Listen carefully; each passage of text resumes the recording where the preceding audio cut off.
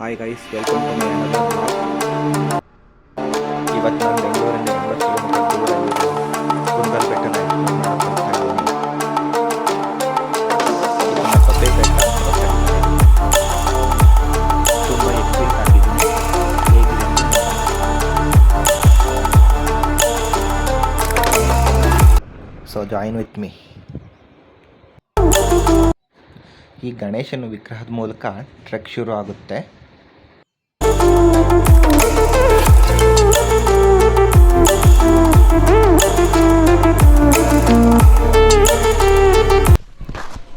ನಾನು ಇಲ್ಲಿಂದನೇ ನಡ್ಕೊಂಡು ಹೋಗೋಕ್ಕೆ ಶುರು ಮಾಡಿದೆ. ಇಲ್ಲೆಲ್ಲ ನೋಡ್ಬೋದು ಎಷ್ಟೊಂದು ಕಾರ್ಗಳು ನಿಂತಿದ್ದಾವೆ ಇಲ್ಲಿ ಅಂತ.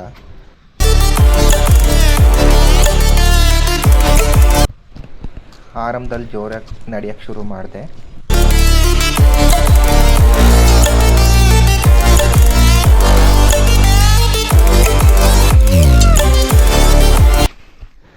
ಎಲ್ಲರೂ ಮೊದಲೇ ಸನ್ರೈಸ್ ನೋಡೋಕ್ಕೆ ಬಂದುಬಿಟ್ಟಿದ್ದಾರೆ.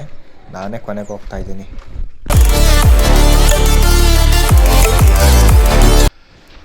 ಈ ದಾರಿಯಲ್ಲಿ ನಡೀತಾ ಸ್ವಲ್ಪ ದೂರ ಸಾಗಬೇಕು. ನನಗೆ ಕಾಲು ನೋವು ಬಂತು ಇಷ್ಟು ಬಂದಿದ್ದಕ್ಕೆ. ಆದರೂ ಬೆಟ್ಟ ಬೇಗ ಹತ್ತಬೇಕು ಅಂತ ನಾನು ಹೋದೆ.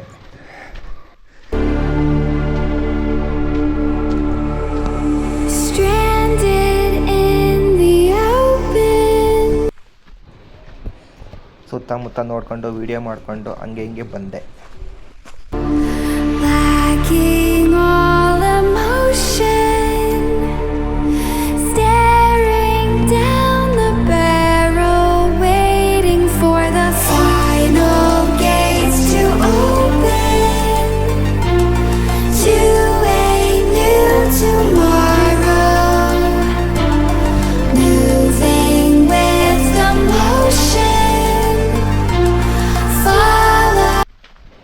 ಸ್ವಲ್ಪ ಜನ ಸನ್ರೈಸ್ ನೋಡಿ ಇಳಿತಾ ಇದ್ರು.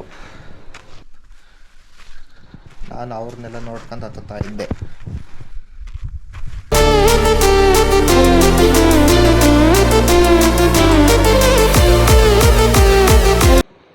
ಇಲ್ಲಿಂದ ಸ್ವಲ್ಪ ಮಣ್ಣಿನ ದಾರಿಯಲ್ಲಿ ಮುಂದೆ ಹೋಗಬೇಕು. ಬೇಸಿಗೆ ಇರೋ ಕಾರಣ ಮರಗಳಲ್ಲಿ ಎಲೆಗಳಿಲ್ಲ.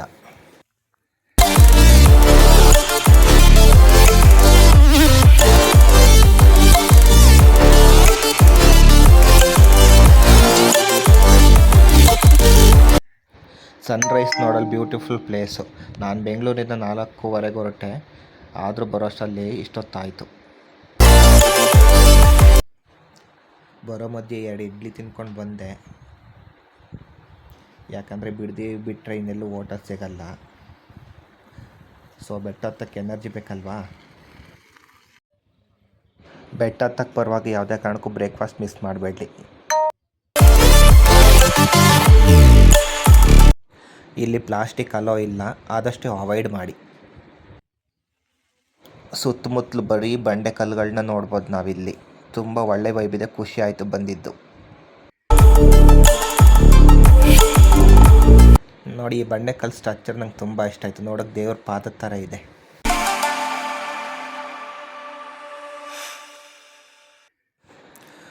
ಆ್ಯಕ್ಚುಲಿ ಇದು ಟ್ರೆಕ್ಕಿಂಗ್ ಸ್ಟಾರ್ಟಿಂಗ್ ಪಾಯಿಂಟ್ ಅಂದರೆ ಸೂರ್ಯ ಉದಯಿಸ್ತಾ ಇರೋದು ಎಷ್ಟು ಚೆನ್ನಾಗಿ ಕಾಣಿಸ್ತಾ ಇದೆ ನೋಡಿ. ಇದೊಂದು ಚೆನ್ನಾಗಿದೆ. ಇದು ಸ್ಟಾರ್ಟಿಂಗ್ ಟ್ರೆಕ್ಕಿಂಗ್ ಬರೋರಿಗೆ ತುಂಬ ಚೆನ್ನಾಗಿದೆ.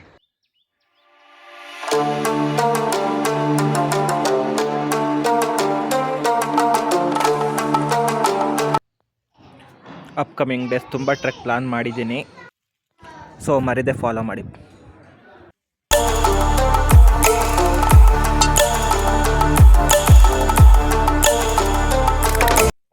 ಇನ್ನು ಇದೇ ದಾರಿಲಿ ಮುಂದೆ ಹೋಗಬೇಕು.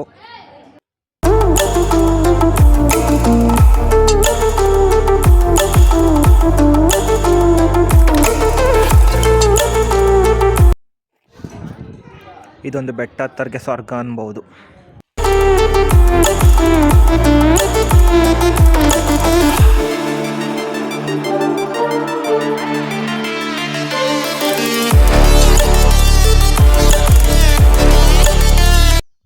ವೀಕೆಂಡ್ ಆಯಿತು ಅಂದರೆ ಇಲ್ಲಿ ತುಂಬ ಜನ ಸೇರ್ತಾರೆ.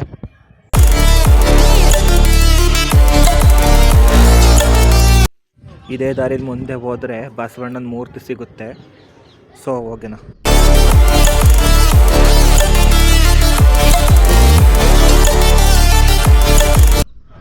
ಈ ಟ್ರೆಕ್ನ ತುಂಬ ಜನ ಇಷ್ಟಪಡ್ತಾ ಇದ್ದಾರೆ. ಅಲ್ಲದೆ ಲೈಫ್ ಅಡ್ವೆಂಚರ್ ಆಗಿರಬೇಕು ಅಂತ ತುಂಬ ಇಷ್ಟಪಡ್ತಾ ಇರ್ತಾರೆ. ಸೊ ಸುತ್ತಲೂ ಸುಂದರವಾದ ಬೆಟ್ಟನ ನಾವು ನೋಡ್ಬೋದು.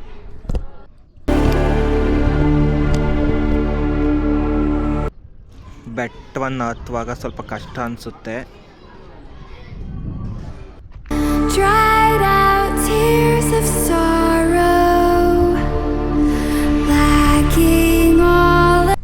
ಬಟ್ ಬಸವಣ್ಣನ ಮೂರ್ತಿ ನೋಡಲು ಸಖತ್ತಾಗೈತೆ ಮಾತ್ರ. ಸುತ್ತಲೂ ಸೂಪರ್ ಆಗಿದೆ ವ್ಯೂ.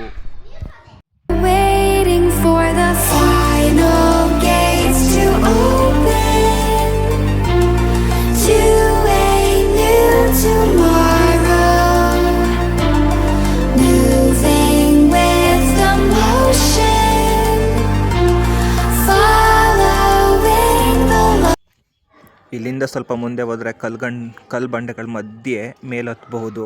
ಇನ್ನೂ ಸೂಪರಾಗಿ ಇರುತ್ತೆ ವ್ಯೂ.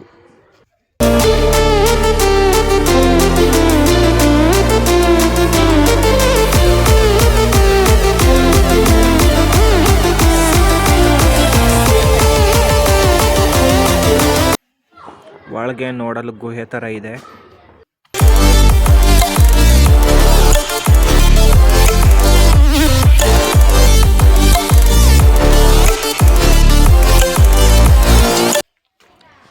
ಅಲ್ಲಲ್ಲಿ ಜನರಿಗೆ ಗೊತ್ತಾಗಲಿಲ್ಲ ಅಂತ ಆರೋ ಮಾರ್ಕ್ನ ಸಹ ಹಾಕಿದರೆ ಅದು ನೋಡ್ಕೊಂಡು ನಾವು ಮೇಲೆ ಹತ್ಬೋದು.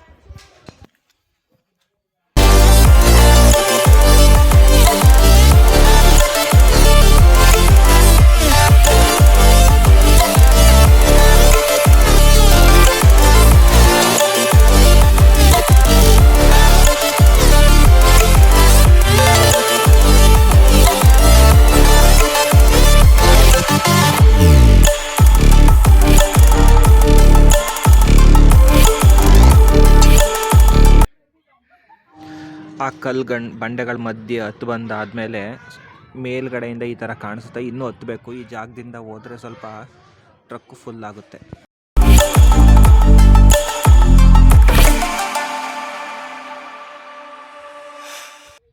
ಇಲ್ಲಿ ಟ್ರಕ್ ಮಾಡೋರಿಗೆ ಒಂದು ಒಳ್ಳೆ ಬ್ಯೂಟಿಫುಲ್ ಎಕ್ಸ್ಪೀರಿಯೆನ್ಸ್ ಸಿಗುತ್ತೆ. ಅಲ್ಲದೆ ಸುತ್ತಲೂ ಬೆಟ್ಟ ಗುಡ್ಡಗಳು ನೋಡೋದ್ರಿಂದ ಎಷ್ಟು ಚೆನ್ನಾಗಿದೆ, ಅದ್ಭುತವಾಗಿದೆ ಪ್ರಕೃತಿ ಅನ್ನೋದನ್ನ ನಾವು ನೋಡ್ಬೋದು. ಅದು ಅಲ್ಲದೆ ಇಲ್ಲಿ ಹನುಮಾನ್ ಮಂದಿರ ಸಹ ಇದೆ, ನೋಡ್ಬೋದು ಅದನ್ನು ನಾವು ಈ ವಿಡಿಯೋದಲ್ಲಿ.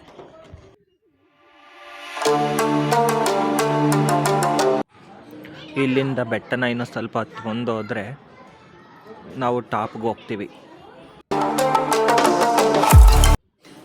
ಇಲ್ಲಿ ಟಾಪಿಂದ ನಾನು ವಿಡಿಯೋ ರೆಕಾರ್ಡ್ ಮಾಡ್ತಾ ಇದ್ದೀನಿ. ಸುತ್ತಲೂ ಎಷ್ಟು ಚೆನ್ನಾಗಿದೆ, ಬ್ಯೂಟಿಫುಲ್ಲಾಗಿ ಕಾಣಿಸ್ತಾ ಇದೆ, ನೋಡ್ಬೋದು ನೀವು.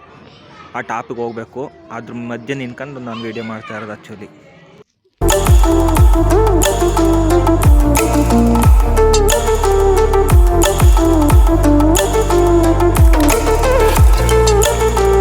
ಇವಾಗ ಟಾಪ್ ರೀಚ್ ಆಗಿದ್ದೀನಿ. ಟಾಪ್ ರೀಚ್ ಆದಮೇಲೆ ಇದು ಮಾಡಿರೋ ವಿಡಿಯೋ. ಸುತ್ತಲೂ 360 ಡಿಗ್ರಿ ವ್ಯೂನ ನಾವು ನೋಡಬಹುದು. ಎಷ್ಟು ಚೆನ್ನಾಗಿ ಕಾಣಿಸ್ತಾ ಇದೆ ನೋಡಿ. ಕೆಳಗಿನ ಪ್ರದೇಶಗಳೆಲ್ಲ ತುಂಬ ಚಿಕ್ಕದಾಗಿ ಕಾಣಿಸ್ತಿದೆ. ನಾವು ತುಂಬ ಎತ್ತರದಲ್ಲಿದ್ದೀವಿ. ಸೊ ಬ್ಯೂಟಿಫುಲ್ ಆಗಿದೆ. ಇದೆಲ್ಲರೂ ಕೂತ್ಕೊಂಡು ಕೆಳಗಡೆ ನೋಡ್ತಾ ಇದ್ದಾರೆ, ಬಂದು ಸುಸ್ತಾಗಿ ಸುಧಾರಿಸ್ಕೊತಾ ಇದ್ದಾರೆ. ನಾನು ಸಹ ವೀಡಿಯೋ ಮಾಡ್ಕೊಂಡು ಚೆನ್ನಾಗಿ ನೋಡ್ತಾ ಇದ್ದೀನಿ. ನನಗಂತೂ ತುಂಬ ಖುಷಿಯಾಗಿದೆ ಇಲ್ಲಿಗೆ ಬಂದು. ಸನ್ರೈಸ್ ಮಾತ್ರ ಬ್ಯೂಟಿಫುಲ್ ಆಗಿದೆ. ಇನ್ನೂ ಸ್ವಲ್ಪ ಬೇಗ ಬಂದಿದ್ದರೆ ಇನ್ನೂ ಚೆನ್ನಾಗಿ ಕಾಣಿಸೋದು.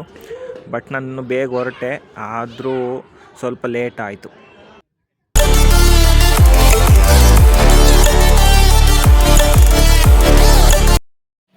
ಟೈಮ್ ಲ್ಯಾಪ್ಸ್ ಸಹ ವೀಡಿಯೋ ಮಾಡಿದ್ದೀನಿ, ಇದನ್ನು ನೋಡ್ಬೋದು. ಇದು ಟೈಮ್ ಲ್ಯಾಪ್ಸ್ ಚೆನ್ನಾಗಿರುತ್ತೆ ಬೆಟ್ಟದ ಮೇಲೆ ಅಂತ ಮಾಡಿದ್ದೀನಿ. ಅಲ್ಲಿ ಯಾರೂ ಒಂದು ಫೋಟೋಗ್ರಾಫ್ ಮಾಡೋಕ್ಕೆ ನಾನು ಕೇಳಲಿಲ್ಲ. ಅವರೆಲ್ಲ ತಮಿಳು ತೆಲುಗು ಮಾತಾಡ್ತಾಯಿದ್ರು. ಸೊ ನಾನು ಅವ್ರನ್ನ ಡಿಸ್ಟರ್ಬ್ ಮಾಡೋಕ್ಕೆ ಹೋಗಲಿಲ್ಲ. ಇದು ನನ್ನ 3ನೇ ಅಡ್ವೆಂಚರಸ್ ಟ್ರಕ್ಕು. ಬೆಟ್ಟ ಹತ್ತದ ಮೇಲೆ ಅಂತೂ ಸ್ವಲ್ಪ ಹೊತ್ತು ಅಲ್ಲೇ ಕುಳಿತುಕೊಂಡು ಸುಧಾರಿಸ್ಕೊಂಡು ಚೆನ್ನಾಗಿತ್ತು ಎಕ್ಸ್ಪೀರಿಯೆನ್ಸು. ಅಡ್ವೆಂಚರಸ್ ಆಗಿತ್ತು. ವೀಕೆಂಡ್ ಎಲ್ಲಾದರೂ ಹೋಗಬೇಕು ಅಂದರೆ ಇದೊಂದು ಬೆಸ್ಟ್ ಪ್ಲೇಸು. ನಿಮ್ಮ ಬಕೆಟ್ ಲಿಸ್ಟಲ್ಲಿ ಇದೊಂದನ್ನ ಲೀಸ್ಟ್ ಮಾಡ್ಕೊಂಡು ಇಟ್ಕೊಳ್ಳಿ. ಅಲ್ಲದೆ ಆದಷ್ಟು ಪ್ಲಾಸ್ಟಿಕ್ ಅವಾಯ್ಡ್ ಮಾಡಿ. ನೀವು ಏನಾದರೂ ತಿನ್ನಬೇಕು ಅನಿಸಿದ್ರೆ ಪಾರ್ಸಲ್ ತಗೊಬಿಟ್ಟು ಬನ್ನಿ. ಪ್ಲಾಸ್ಟಿಕ್ಗಳೆಲ್ಲನೂ ಅವಾಯ್ಡ್ ಮಾಡಿ.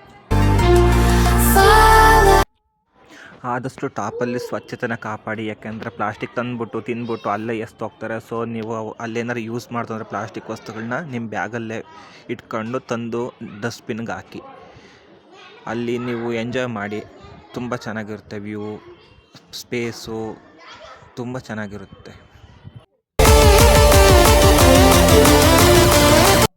ಬ್ಯೂಟಿಫುಲ್ ವ್ಯೂ ಇದರಿಂದನೇ ಅರ್ಧ ಜನ ಇಲ್ಲಿಗೆ ಬರ್ತಾರೆ ಅನಿಸುತ್ತೆ.